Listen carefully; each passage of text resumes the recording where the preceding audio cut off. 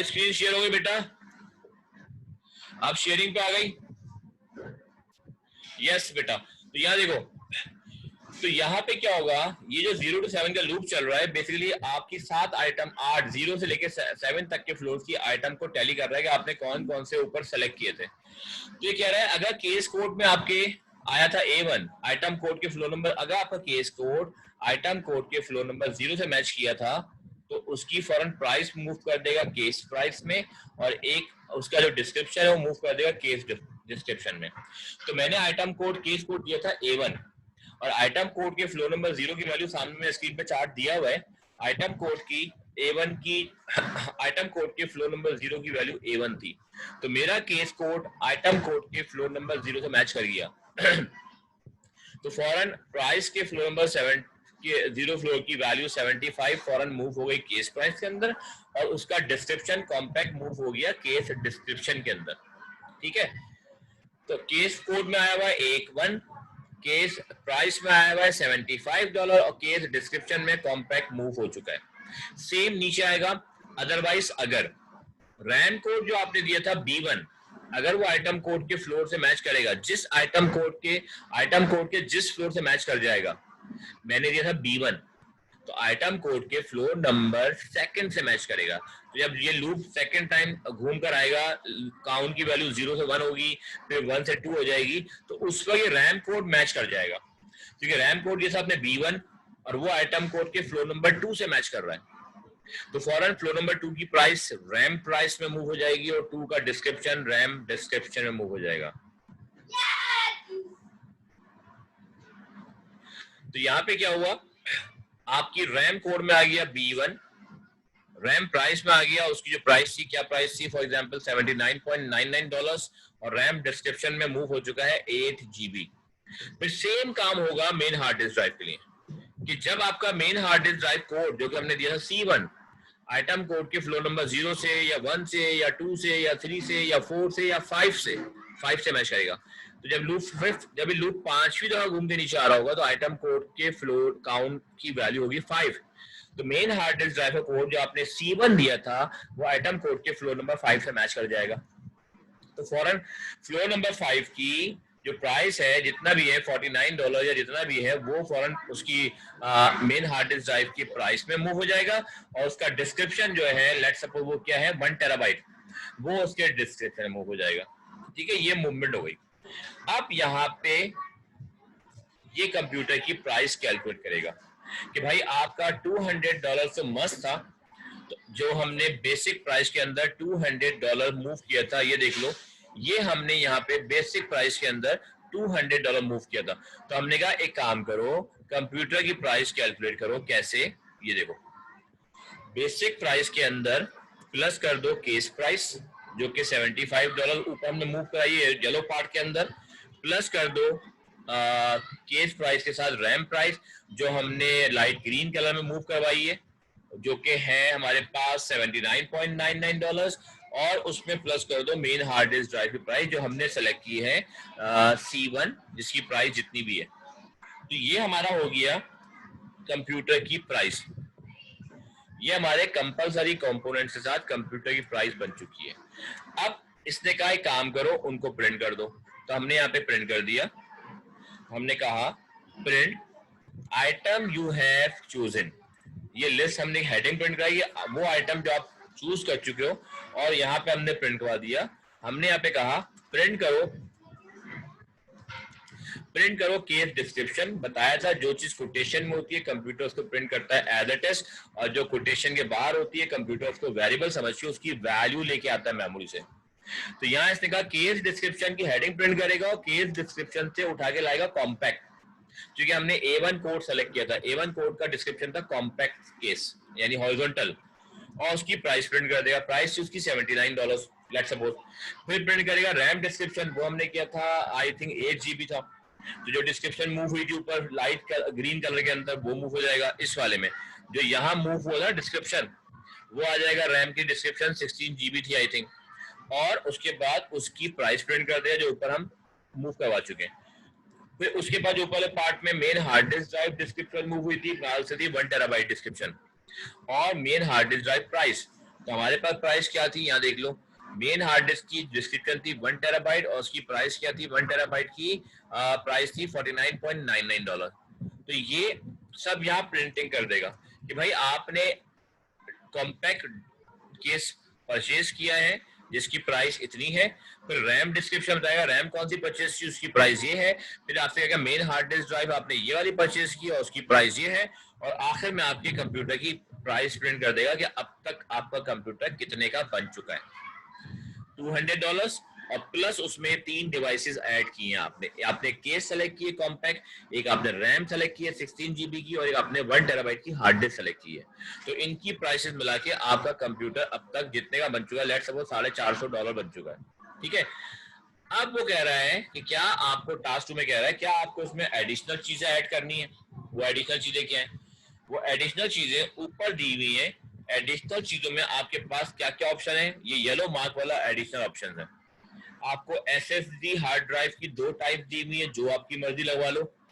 आपको extra hard drive जिसको हम कहते हैं सेकेंडरी हार्ड डिस्क ड्राइव की 3 टाइप दी हुई है, जो मर्जी आप चाहो उसमें ऐड करवा लो, मर्जी आपकी। फिर आपको ऑप्टिकल ड्राइव की 2 टाइप दी हुई है, मर्जी आपकी उसमें जो ऐड करवा लो। फिर आपको ऑपरेटिंग सिस्टम की 2 टाइप दी हुई है, आपकी मर्जी है ऑपरेटिंग सिस्टम इंस्टॉल करवाएं या ना करवाएं। मैं पहले बता चुका हूं कि बाहर कंट्रीज में ऑपरेटिंग सिस्टम पायरेटेड 30 रुपए वाली सीडी से इंस्टॉल नहीं किया था। अगर आप पैसे देंगे तो वो ओरिजिनल लाइसेंस वाला ऑपरेटिंग सिस्टम कंप्यूटर में इंस्टॉल करेंगे, अदरवाइज वो आपको बगैर विंडोज से कंप्यूटर हैंडओवर कर देंगे। और फिर आप जाने आपका काम, आप कहीं से भी सीडी परचेज करें लाइसेंस वाली, वो इंस्टॉल करें, या आप कहीं से 30 वाली सीडी लें और उससे इंस्टॉल करें, या आपकी मर्जी है। बड़ी कंपनीज कभी भी आपको पायरेटेड ऑपरेटिंग सिस्टम इंस्टॉल करके नहीं देती। अगर वो इंस्टॉल करेंगी तो लाइसेंस वाला ऑपरेटिंग सिस्टम इंस्टॉल करेंगी और उसके आपसे पैसे लेते हो, अदरवाइज वो आपको ब्लैंक हार्ड डिस्क के साथ कंप्यूटर प्रोवाइड कर देंगे। तो यहाँ पे टास्क में ये कह रहा है कि क्या आपको कोई एडिशनल डिवाइस परचेज करनी है, बताइए।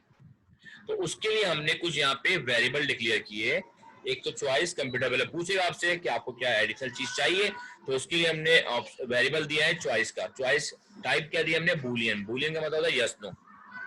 फिर हमने कुछ वेरिएबल डिक्लेयर किए स्ट्रिंग टाइप के, SSD code, SSD code, optical drive code और OS ऑपरेटिंग सिस्टम कोड। फिर हमने कुछ और किया, अपडेटेड प्राइस, SSD प्राइस, इनकी प्राइस, एडिशनल पार्ट्स की डिवाइस ना प्राइसेस, टाइप किया उसकी रियल। फिर हमने कुछ वेरिएबल और डिक्लेयर किए, SSD description, secondary hard disk drive description, optical drive description और operating system description as string. सब पुरानी बातें पहले तुम लोग पढ़ चुके हो। और फिर हमने एक और यहाँ पे डिक्लेयर किया एडिशनल।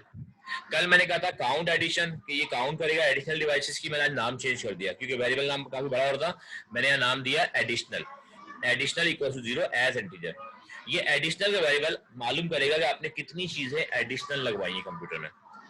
अब प्रोग्राम शुरू होता है हमारा टास्क 2। यहाँ अगर आपने ये एक पार्ट समझ लिया, ये वाला पार्ट, तो आपको अगले 3 पार्ट समझ में आ जाएंगे।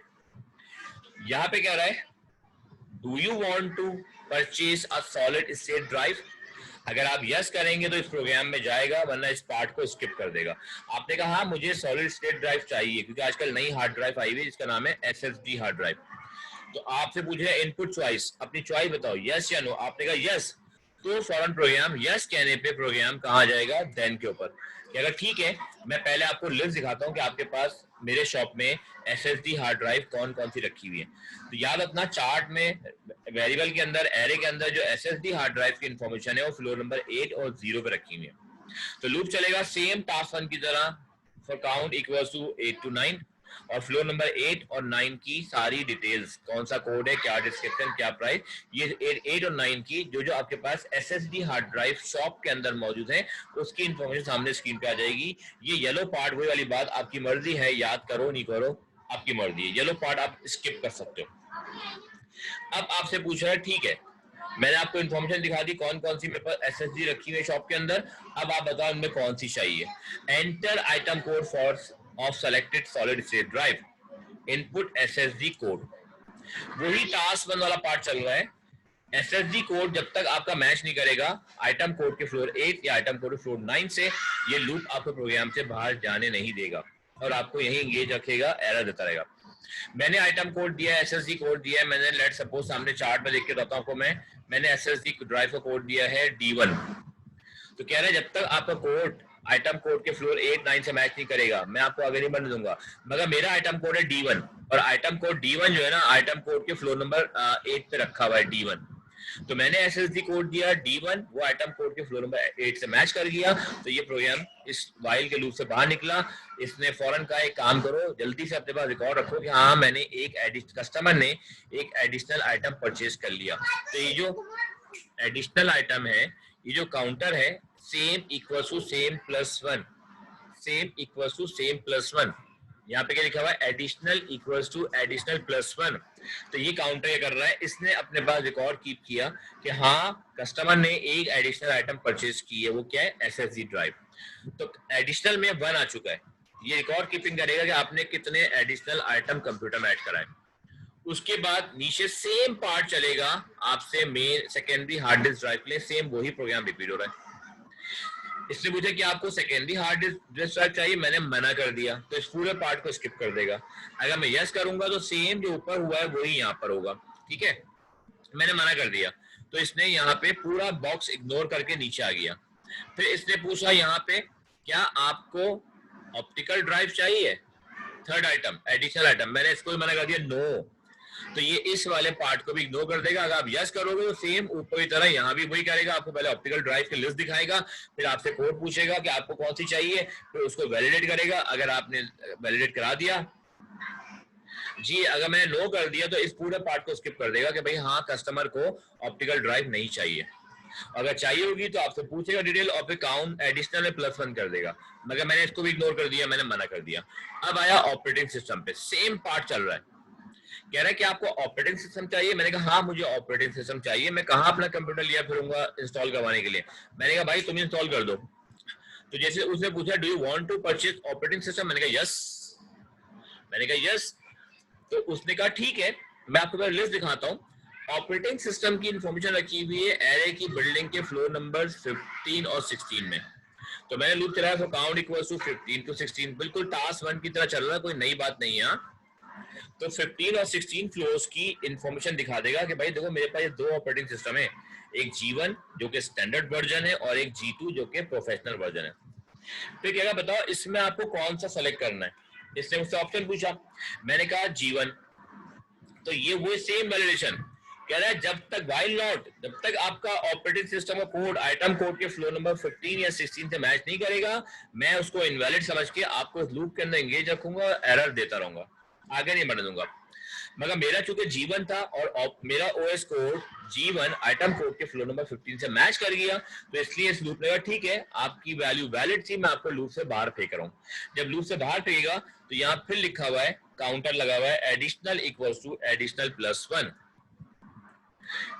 कहेगा भाई कि आपने एक और आइटम एडिशनल परचेज किया, आपने एक SSD ड्राइव परचेज की और एक आपने ऑपरेटिंग सिस्टम, तो यहाँ पे दोबारा +1 हो जाएगा। तो एडिशनल में 2 टाइम +1 हो चुका है, यानी अब तक मेरे पास दो चीजें एडिशनल हो चुकी हैं, ठीक है, ये हो गया। अब हमसे कह रहा है टास्क 2 में कि जो भी आपने एडिशनल आइटम परचेज किए हैं अब जरा उनको प्रिंट करवा दो। ये मैंने प्रोग्राम बनाया है 8 to 16 का। क्यों 8 to 16 का? क्योंकि हमारे पास जो बिल्डिंग्स के अंदर एरे के अंदर एडिशनल आइटम की इंफॉर्मेशन है वो फ्लोर नंबर 8 से शुरू हुई है और फ्लोर नंबर 16 तक रखी हुई है। तो मैंने यहाँ पे कहा 8 to 16 वही टास्क 1 की तरह, अगर आपका SSD कोड आइटम कोड से मैच करता है तो उस फ्लोर की प्राइस और उस फ्लोर का डिस्क्रिप्शन, प्राइस मूव कर दो SSD प्राइस के अंदर और डिस्क्रिप्शन मूव कर दो SSD डिस्क्रिप्शन के अंदर। और एक काम करो, अगर आपने SSD परचेज किया है तो हाथ के हाथ प्रिंट भी कर दो कि हाँ आपकी SSD डिस्क्रिप्शन था लेट्स सपोज D1 और उसकी प्राइस थी लेट्स सपोज $100। तो क्या होगा, यही हाथ के हाथ वो दोनों चीजें प्रिंट कर देगा अगर आपने परचेज की होंगी। तो चूंकि मैंने SSD हार्ड ड्राइव परचेज की थी तो उसकी प्राइस मूव करेगा SSD प्राइस के अंदर, डिस्क्रिप्शन मूव करेगा SSD डिस्क्रिप्शन के अंदर और हाथ के हाथ स्क्रीन पे SSD डिस्क्रिप्शन और उसकी प्राइस स्क्रीन पे प्रिंट भी कर देगा, फिर नीचे आ जाएगा। अदरवाइज अगर आपने secondary hard disk drive code purchase किया है, तो मैंने तो secondary hard disk drive purchase नहीं की थी, तो मेरे सेकेंडरी हार्ड डिस्क ड्राइव के कोड में तो 0 पड़ा हुआ है, तो वो किसी भी आइटम कोड के किसी भी फ्लोर से मैच नहीं करेगा। तो ये वाला पार्ट पूरा कंप्यूटर इग्नोर कर देगा, क्योंकि मैंने secondary hard disk drive purchase नहीं की थी, मैंने नो कर दिया था। फिर नीचे आएगा, कहेगा क्या आपने ऑप्टिकल ड्राइव परचेज की है? मैंने कहा ऑप्टिकल ड्राइव भी मैंने नो कर दी थी, तो मेरे ऑप्टिकल ड्राइव के अंदर भी एम्प्टी वैल्यू पड़ी होगी, तो वो भी किसी भी आइटम कोड से मैच नहीं करेगा, तो ये वाला पार्ट भी इग्नोर हो जाएगा। फिर कहेगा क्या आपने ऑपरेटिंग सिस्टम परचेज किया था? तो मैंने ओएस कोड के अंदर दिया था G1, तो G1 जो है आइटम कोड के फ्लोर नंबर 16 से 15 से मैच कर जाएगा, तो फौरन फ्लोर नंबर 15 की प्राइस ओएस प्राइस में मूव करेगा, फ्लोर नंबर 15 का डिस्क्रिप्शन यहाँ पे मूव करेगा, और साथ के साथ ऑपरेटिंग सिस्टम प्रिंट कर देगा कि आपने कौन सा परचेज किया था, और उसकी प्राइस प्रिंट कर देगा। ठीक है, यहाँ पे मीटिंग एंड हो रही है, मैं फौरन रिकनेक्ट कर रहा हूँ, तुम लोग फौरन रिकनेक्ट करना।